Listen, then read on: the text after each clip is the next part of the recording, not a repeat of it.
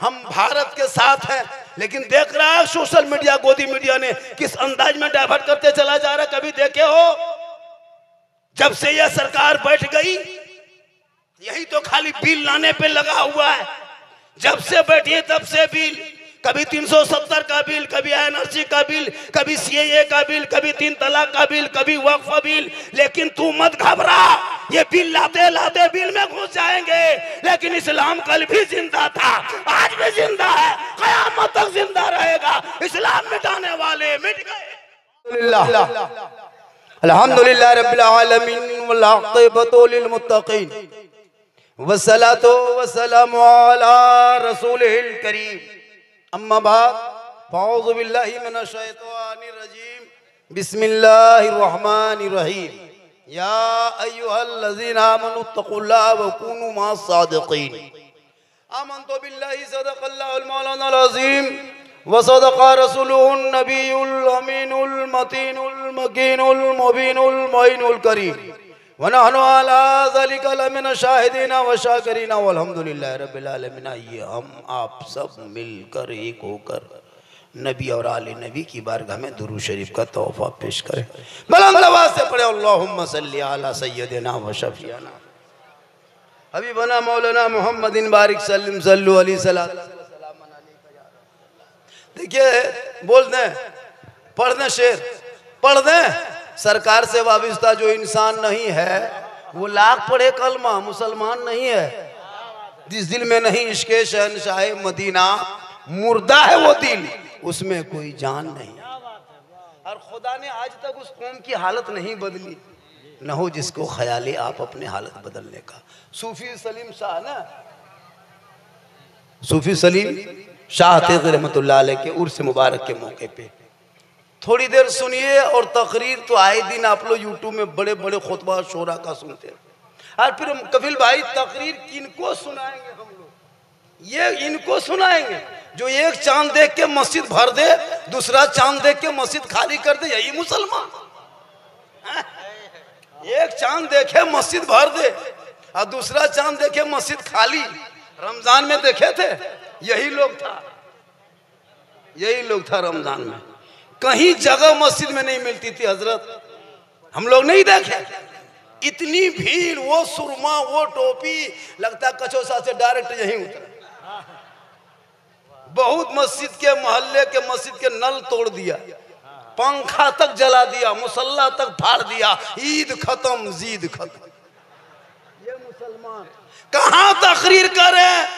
जिनका बेटा रमजान के महीने में ड्रीम 11 में पैसा लगा के 10 रकात तरावी पढ़ के मोबाइल चेक करता था, ये है मुसलमान। किनको तकरीर करके सुनाए?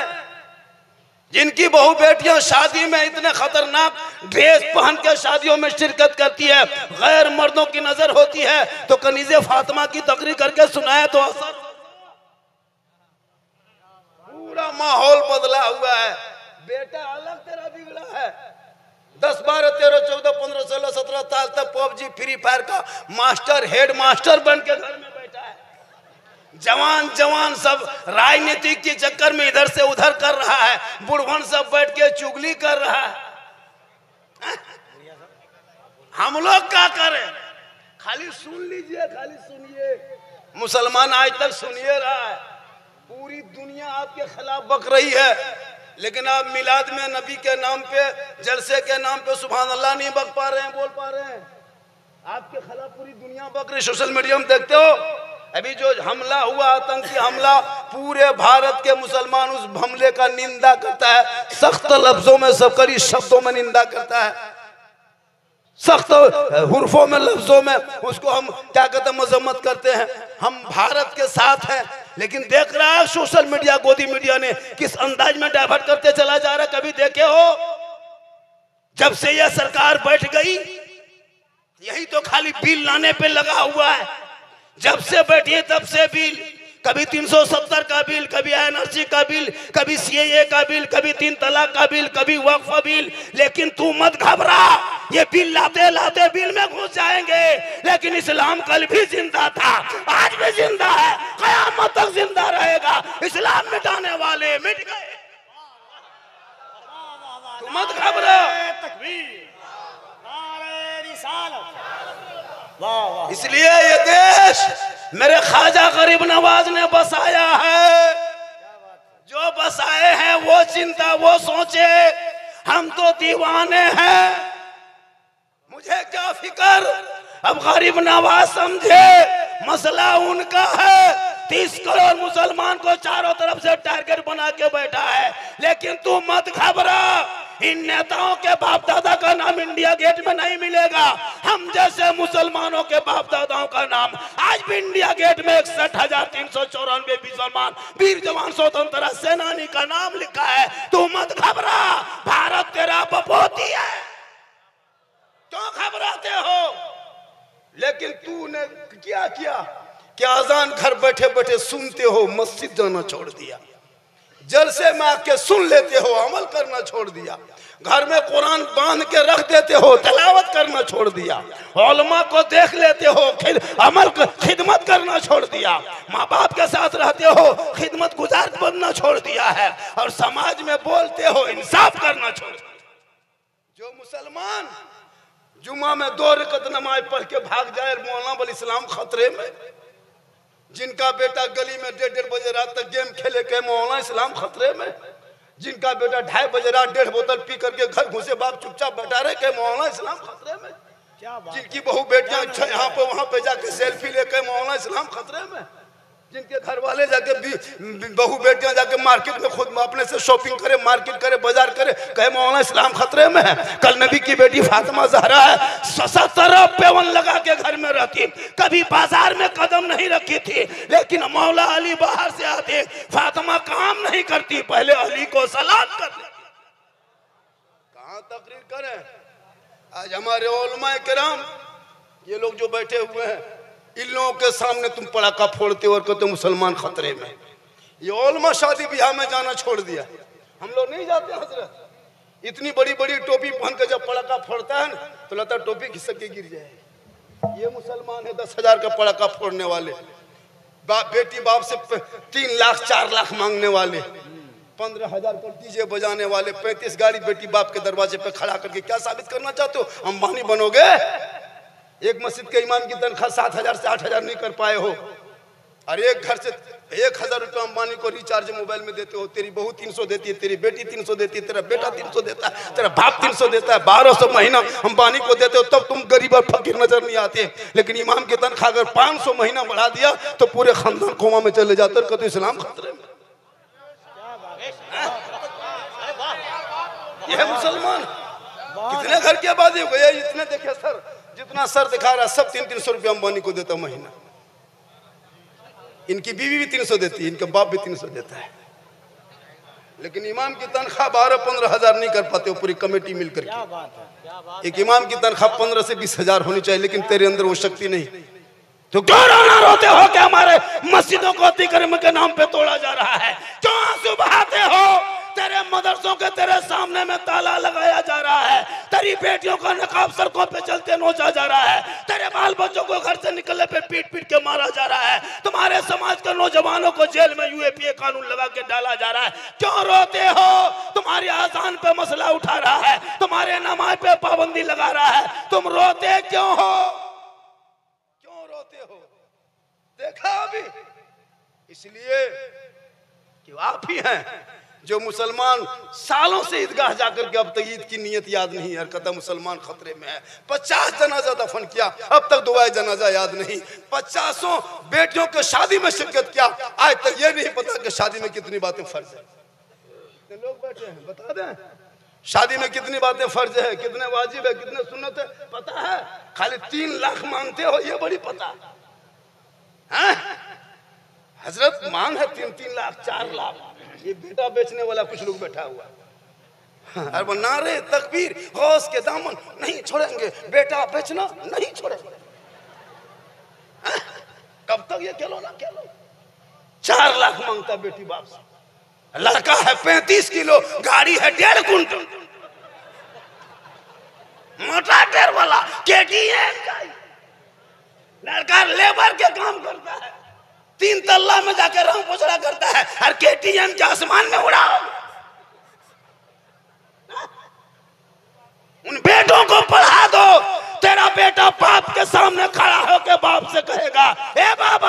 मेरी कीमत मत लगा, मुझे मत बेच, 3 लाख में मत बेच, KTM में मत बेच। ए बाबा, आमद सरकार का महीना आया था, जश्न ईद मिलादुन नबी मनाया था, अपने गलियों को झंडों से सजाया था, जुलूस मोहम्मदी गांव से निकाला था, सर पे टोपी पहना था, हाथ में तेरा झंडा लिया था, सब मिलके कहा था कौन देता है देने को, मुंह चाहिए देने वाला है सच्चा हमारा। बहुत पढ़ाया नहीं औलाद, बहुत लाजवाब, वाह, अपने वाह, बेटों वाह। को नहीं पढ़ाया, क्या बात है बाबा, वाह, और वाह, तेरा वाह। बेटा बेटी बाप के घर में टिका हुआ है। शर्म करो, तौबा कर। जलसे में आना आसान है, बैठना आसान है, सुनना आसान है, अमल कर लोगे। अगर इन जलसों में 10 आदमी अमल कर लिया तो जलसा करने वाला भी कामयाब, जलसा कराने वाला भी कामयाब। इसलिए तू मत घबरा। ये सूफी साहब के उर्स मुबारक के ऊपर है ना आए हुए हो, तू मत घबरा। भारत में इतने वली हैं, इतने अल्लाह के वली लेते हुए हैं, ये लोग जिंदगी भर कहते रहेंगे, पूरी जिंदगी बीत जाएगी मुसलमानों के पीछे, लेकिन मुसलमान भारत से हिलने वाला नहीं है। हम किसी के रहमो करम पे भारत में नहीं रहते हैं। हम इनका, मेरा बपोती है, जितना प्रधानमंत्री का हक है चैनल से कह दो उतना मौलाना झारखंडी का हक है। डरते क्यों? सीना तान के कहो, मेरे गरीब नवाज भारत के धरती पे आए थे, चंद मुरीदों को लेके आए थे। कोई मस्जिद में नहीं आए थे, मकतब में नहीं आए थे, इमाम के कमरे में नहीं आए थे, सदर के घर नहीं आए थे, खानका में नहीं आए थे। मेरे गरीब नवाज जहाँ आए थे वहाँ 150 राजा रहता था, रामदेव प्रसाद की हुकूमत थी। तब मेरे गरीब नवाज ने सुनसान बयाबान रेगिस्तान चटियल मैदान में एक पानी देखा तालाब, आना सागर नाम, चटाई वहीं डाल दिए। क्यों घबराते हो? लेकिन आपने सिर्फ महज इस्लाम को आपने करीब से नहीं देखा है। ऐसे ऐसे मुसलमान मिलेंगे, पता नहीं चलता कि किधर से है, दाढ़ी गैप, मोछुओ गैप। सही बता रहे हैं। पहले तो फैशन निकला था, मोछ हल्का हल्की हल्की रखता था दाढ़ी, लेकिन अब मोछो खत्म, दाढ़ियों खत्म।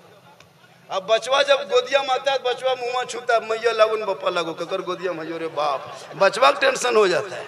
अब छोटका बचवा गोदिया में रहता है तो पहचानता है कि मुँह में छूके मैया गोदिया मैयन बप्पा गोदिया मैया। अब देख रहा है कि दोनों मुँह बराबर ही हो, तो मांगियो का कर से बचवा को टेंशन आ जाता है।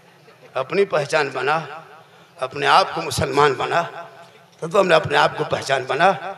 और जब भी तू निकलो, जब भी निकलो अपने आप तो अपने पहचान बना के निकलो, चेहरे को सजा के निकलो, सर पे टोपी पहन के निकलो और अपने आप को बचाओ। मेरे ख्वाजा भारत की धरती पे आए थे, मशीन गन लेके नहीं, तोप गन लेके नहीं, कोई पैप गन लेके नहीं, कोई 747 लेके नहीं, कोई दल लेके नहीं, चंद गरीब मुरीदों को लेके आए थे।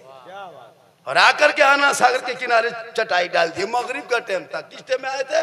जिस टाइम में मगरिब पहुंचे थे वहां वो मगरिब का समय था, अंधेरा छाने लगा। कहा बेटा कुतुबुद्दीन, पानी है, चटाई डाल दो। डाल दिए, वजू किए, गुस्ल किए, नहाए धोए, मुकम्मल नमाजें पढ़ लिए, तलावत में लग गए। रात बीत गई, सुबह हुई, सर पे टोपी, चेहरे पे दाढ़ी, हाथ में तस्बीह, बगल में मुसल्ला, जबान पे अल्लाह अल्लाह। पूरे अजमेर में कोहराम मच गया।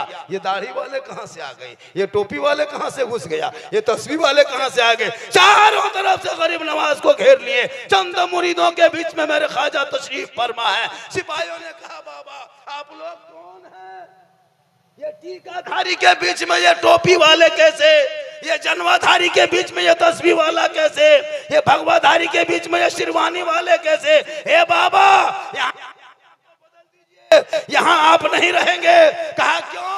कहा इसलिए कि ये 150 राजा यहाँ आते हैं, 150 रानियां आते हैं, इलाके लोग आते हैं। इसी आना सागर के शुद्ध पानी में स्नान करके पाप से मुक्ति मिलती, शुद्ध होते जाके पूजा करते। ए बाबा आप लोग जगह बदल दीजिए वरना अपना नाम बताइए। तब मेरे ख्वाजा ने कहा, पूछना क्या चाहते हो? कहा आप मुसलमान हो? मेरे ख्वाजा ने सीना तान के कहा था, मैं मुसलमान।